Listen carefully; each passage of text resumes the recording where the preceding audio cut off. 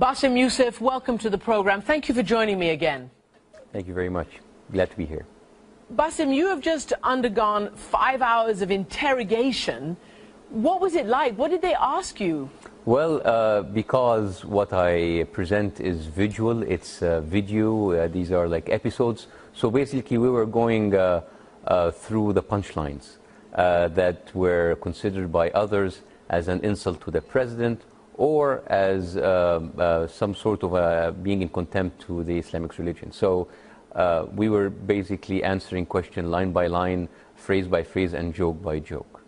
And how did they take it? I mean, look, Bاسm, the last time I interviewed you was in December, and you said to me on this program that, yes, President Morsi and the powers that be seem to like it all so far, that this is the best time to have a satirical program in Egypt.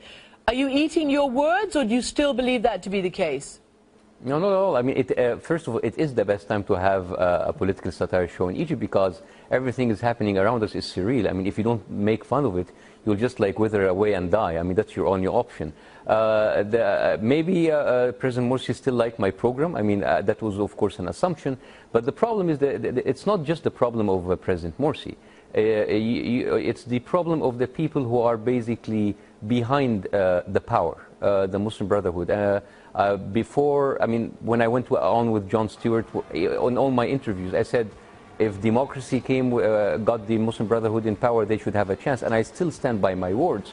But the thing is, if they have a chance in a truly democratic elected system after a revolution, they need to shape up and they need to step up. And all what we have seen so far is basically the same old game and the business as usual, persecuting people who with freedom of speech. Do you think the revolution is going backwards?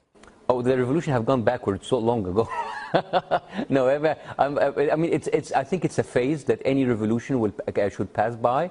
And basically, the good thing about the revolution that we need people to show up for their words. They need to step up. And now it is the time for the political Islamic power to actually step up and show us if they're actually truly moderate and they're truly democratic, they believe in democracy. Well, let me ask you, because, look, they've accused you of not only insulting the president, but also, you know, partaking in public disorder by your satire programs, and also insulting Islam. How worried are you about the seriousness of those charges? I'm not worried at all because I'm a Muslim, I'm a practicing Muslim. I always say I'm a proud Egyptian, I'm a proud Muslim. So it's basically, it is some sort of an accusation that comes from the time of the Inquisition. So this is modern time Inquisition where they hold people for their words and they use holy reasons to put them in jail. So I'm not worried because I have not done anything to insult my religion, which I'm proud of. There are some people who want to make it as if it is a fight or a struggle between seculars and Muslims. This is not true. Many people like me who are practicing Muslim, they are moderate and they don't like the people who represent what they call political Islam. And Islam is a wonderful religion, it's a great religion, it's a peaceful religion, and there are some other people who claim to be the sole representatives of Islam. They are the ones who are actually giving a bad image, and they're basically insulting the image of Islam. So it's not like an infidels versus Islam war. What are the specific things that you are alleged to have done? How did you insult the president or Islam according to these charges? Specifically, I think about insulting the president, there was a couple of punchlines basically commenting on his speeches. Which, as I think it was written, that people felt extremely affected psychologically to see their president being insulted, and that would actually affect our status throughout the war. Are you intimidated by this? 5 hours of interrogation, more than $2,000 in bail, possible trial, who knows what next? Are you changing the tone of your show? The tone of my show is actually getting higher and higher and higher. And I'm not intimidated, I'm just exhausted by this. So I'm not going to let this drain me. I'm just going to continue and continuing with the show, continuing with the same high tone of the show. We're not going to back down. We're not going to actually, we're not going to relax about what we do. We're just going to have fun doing it as usual. President Morsi's office says that the public prosecutor operates independently of the presidency and that he, President Morsi, respects free speech. Do you believe that? Well, again, if they said that, I believe it. But this is exactly the same rhetoric that we heard from the ex-regime. I mean, the ex-President Mubarak never put someone directly into an investigation. There were other people who are great supporters of the regime who did that for him. And he would come again at the end and actually show his grace and release them. So, I mean, we're talking here about the fundamentals of all of this. In a modern democratic country, those laws that can actually allow people to put other people into investigation and trial and jail because of accusation like insulting the president or insulting a certain religion is ridiculous.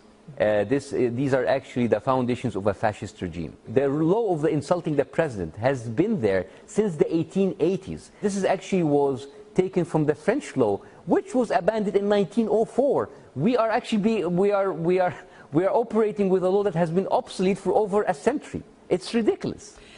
And in the meantime, there are other really troubling things happening in Egypt. For instance, the huge spike in sexual assaults against women, not to mention the terrible economic problems and the security, law and order problems. I mean, do you see the government able to tackle this? Are they reacting against you because they feel under threat by the other real problems that are happening in Egypt? The problem now with the rhetoric of the government and their supporting media, that they are blaming everything on the media for talking about problems instead of actually solving the problem. This is a government that is hanging its failure on other people right for free speech. So basically you're having an authority that has failed every single promise, and they expect that people will remain silent, and they expect that people that will shut up, and that will not happen. So that's why you have the unrest. And Bاسم, finally, when I interviewed you a few months ago, you told me that your mother was quite worried about you, that every time you popped up on television, she thought that you were going to be hauled off to jail. Do you think her fears have come true? Well, I mean, she's still worried. And now going to jail is a risk that we have to go through. But, you know, with big shows and big programs comes great responsibility and maybe bigger risks. So I think we just have to accept that this will happen anytime. And meanwhile, we will just have fun doing this. Have you heard from Jon Stewart? Oh, yeah. I mean, of course, he asked about me, and he said, we've been in touch and we've been corresponding, and who knows, maybe he will talk about me in the show. Hi, John. Bاسم Yusuf, thank you so much for joining me.